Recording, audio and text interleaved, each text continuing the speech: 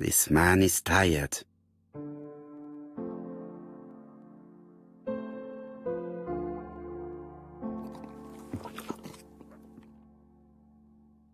Donald is short of sleep, and it looks as if he didn't even bother to undress before going to bed.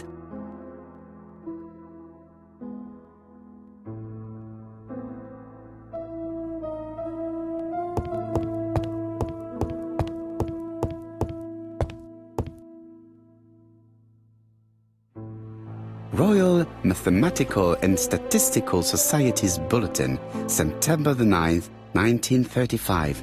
The Alphabet Murder, a methodical madman. It's highly probable that the alphabet murderer will kill again. Could we possibly estimate the number of victims in his next crime? Yes, and it is easy. As soon as we know the ratio of towns, cities and villages whose names begin with a D and the ratio of English people whose names are spelled the same. On the one hand, the ratio of towns, cities and villages in England with a name starting with D, and on the other hand, the ratio of English people with a name also starting with D. After this initial calculation, it is easy to deduce the likelihood of actually being murdered if you belong to the target population. Go to the last page to find our results and details on the calculations. Daily Blag, August 31, 1935. Moustache at half-mast. Poirot's repeated failure in ABC case. Sometimes small things trouble great men. Hastings, faithful collaborator of the Belgian detective, knows something about it. 3 mornings in a row, he confided to us, the cook broke the egg yolks when preparing Poirot's breakfast. This apparently casual event has greatly disturbed my friend, to the point it breaks his concentration and slows his judgment. I also noticed his moustache, of which he is so proud, being duller than usual. Poirot, I assure you I haven't said any such thing to the journalists. They twist everything.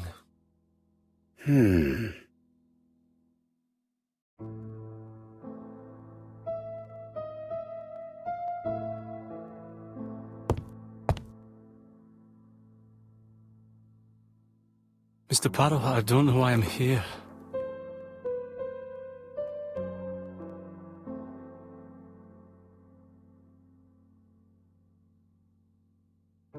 You wanted to talk, and you came to find the only man capable of hearing you.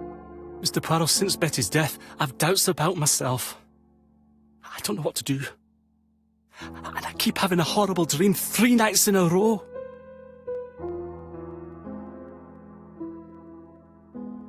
A dream? I am no psychoanalyst, my friend. Good God. How on earth could I have thought you'd listen to me? Have a drink, and tell me about this dream.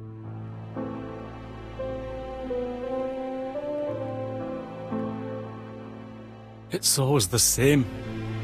I'm on the beach with Betty.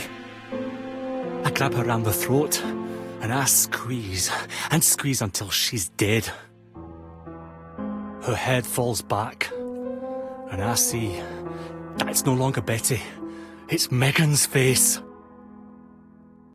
Have you seen Megan Barnard recently? Yes, our grief has brought us together. I never really knew her before. She's really quite a remarkable girl. But I would never tell her about my dream. Why not? Is it her you are attacking in your dream? No, it's Betty. And once Betty is dead, it's Megan's face that appears in its place. Very interesting. Let us now try and get our brain cells to work.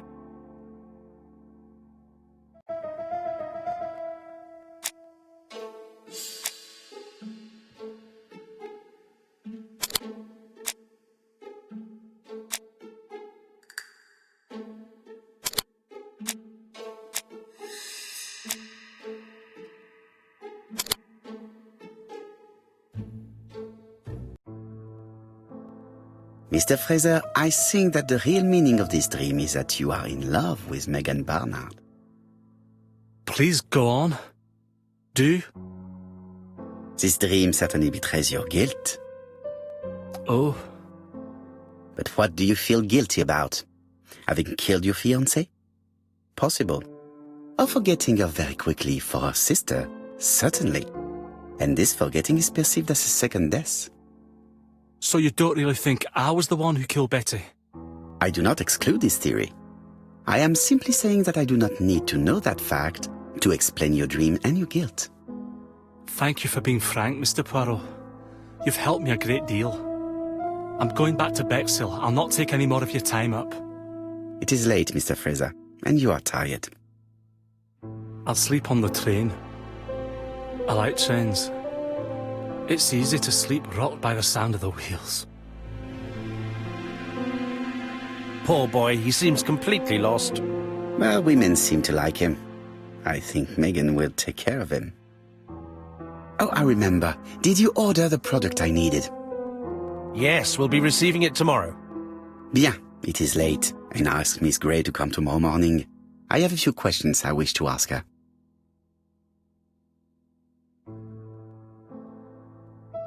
Mademoiselle, I asked you here in order to answer a very important question.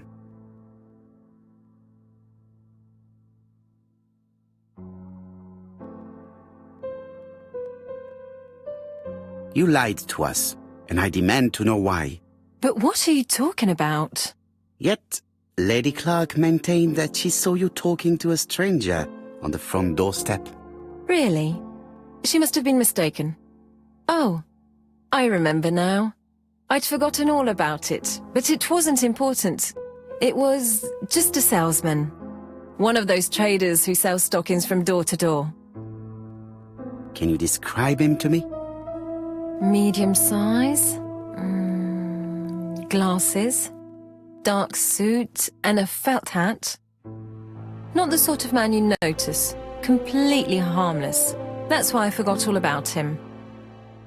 Nothing else? He was very hesitant and shy. Usually door-to-door salesmen are very confident, but he wasn't.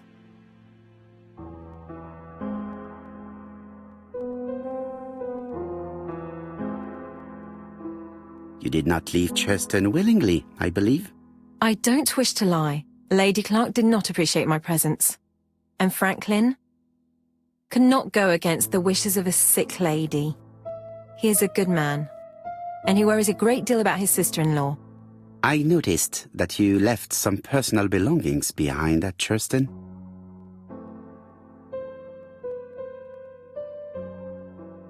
It was too risky for you to keep these objects, am I correct? Risky? What was the risk?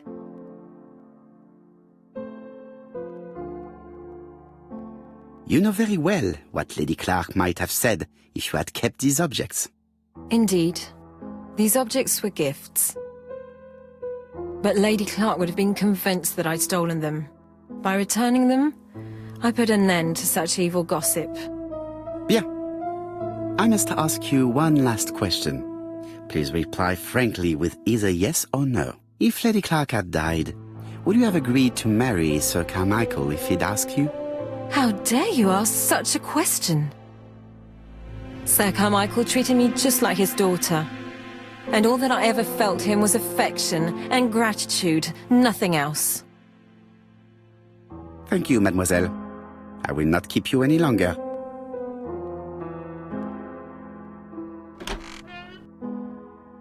I met Thora Grey on the stairs. Her cheeks were ablaze, and she appeared to be deeply hurt.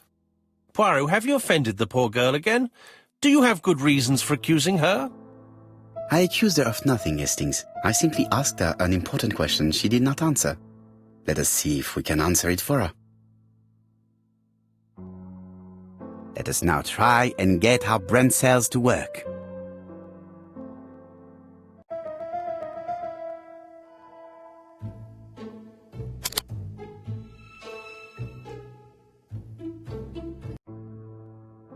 You must know how to read between the lines, Hastings.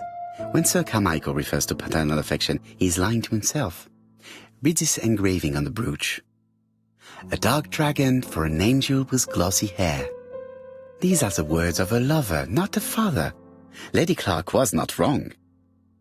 What if Sir Carmichael had fallen in love with his secretary? That doesn't mean that she forced him to do so.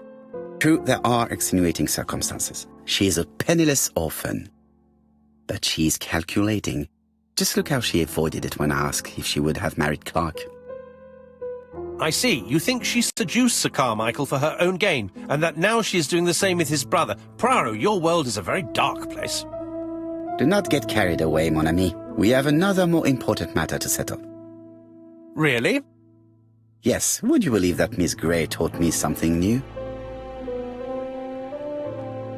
Let us now try and get our brain cells to work.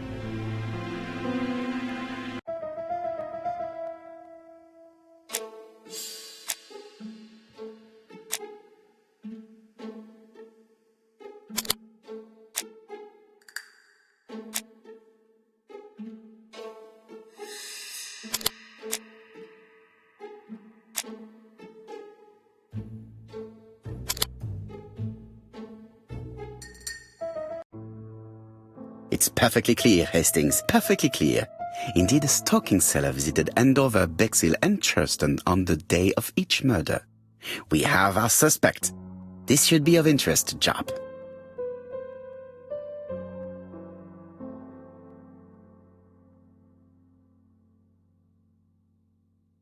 Ah, some cool hair.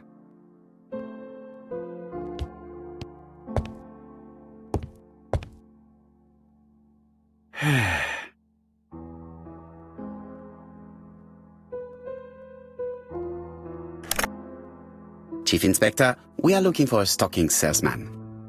I see you have a suspect. Yes. Contact all the stocking wholesalers who may employ him. Your suspect is a salesman? No, he does not take orders. He sells door to door. Right. The hunt is on.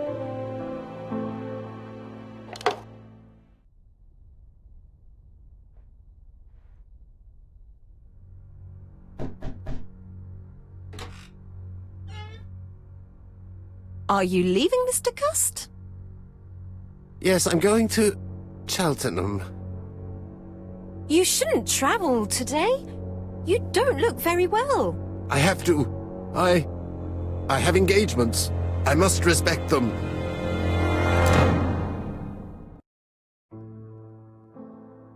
Can you get the post, Hastings? And why don't you go and get it yourself? Très bien. What's going on? I've never known Hastings to be so disagreeable.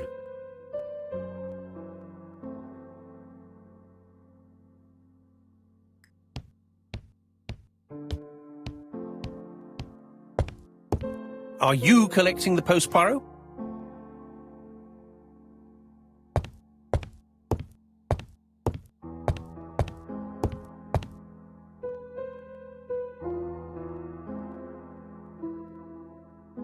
Poor Mr. Poirot. I'm quite sorry for you. If at first you don't succeed, try again. We've a long way to go still. Typery? No, that comes later. Letter T. The next little incident will take place in Doncaster on September 11th. So long.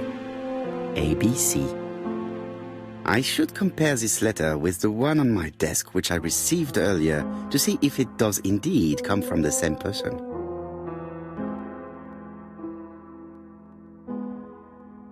It is not the right time.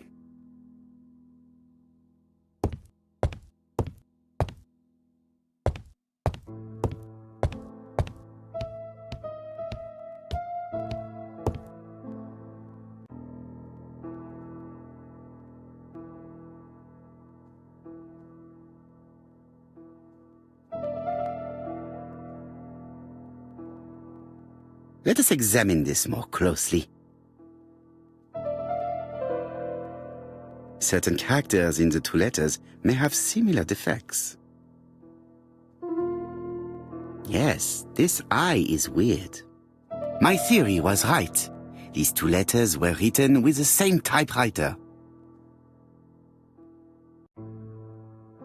Hastings, he strikes tomorrow. Chief Inspector Japp? He's on another line. Can I take a message? Yes, please, mademoiselle. It is from Hercule Poirot. Tell him ABC strikes tomorrow in Doncaster. He must call me back. Very well, sir. Bien, now I'm going to see what I can find from these burnt documents. I've received the product I need. Hastings, if you do not mind, I would like you to take a few notes. Yes, yes.